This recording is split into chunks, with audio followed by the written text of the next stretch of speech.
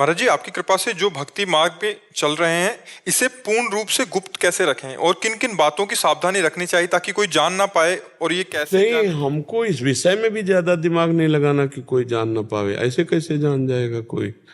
हम जनाने का प्रयास ना करें, बस इतनी खास बात है।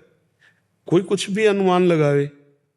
अब ऐसे सोचे तो हम तिलक न लगाएंगे, फिर कंठी नहीं बांधेंगे, फिर माला नहीं लेंगे। हमें नहीं जनाना।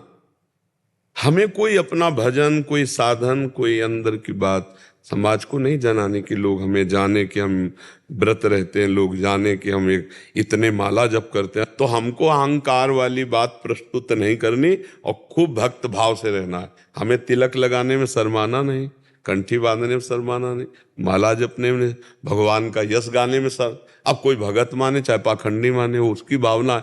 हमको अपने मुख से अपना यश वर्णन नहीं करना, अपनी जो अंदर की साधना है वो नहीं वर्णन करनी। बस इतनी बात को पकड़ लो तो सब सावधानी आ जाएगी। हम अंदर की बात अपने गुप्त रखें, हम अपनी बात कुछ कहना ही नहीं।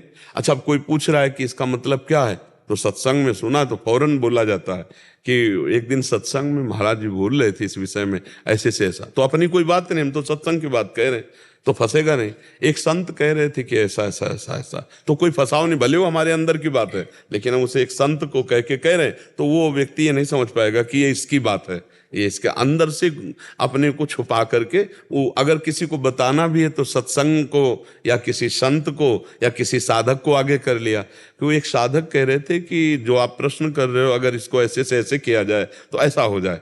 तो वो साधक के ऊपर गई, अहम नहीं होगा, अपना अहम दबा रहेगा।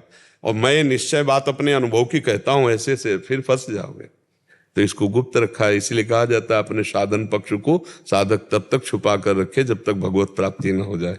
और जब भगवत प्राप्ति हो जाती है तो साधकों के लिए फिर कि जब आप जैसी अवस्था है उस अवस्था में जब साधन में लगे थे तो बड़ा विकार था, उसको ऐसे से ऐसे थोड़ा ऐसे से ऐसे किया, तो साधकों को अपने अनुभव बताते हैं जिससे वो निकल जाए। पर उनमें अहंकार थोड़ी होता है, वो तो भगवत प्रदत्त वस्तु है, उनको अहंकार नहीं होता। और जब तक देहाभिमान में भगवत प्राप्ति नहीं होती तब तक अहंकार बना रहता है। इसलिए पहले भगवत प्राप्ति करे और गुप्त रखे अपने भजन को, अपने साधन को, तो बढ़ता चला जाएगा। अब जैसे स्वप्न में कोई अनुभूति या किसी महापुरुष का दर्शन या प्रगट में भावना में कुछ ऐसा दिव्य, उसे सब गुप्त रखे। अगर कह दोगे तो फिर आना बंद हो जाएगा।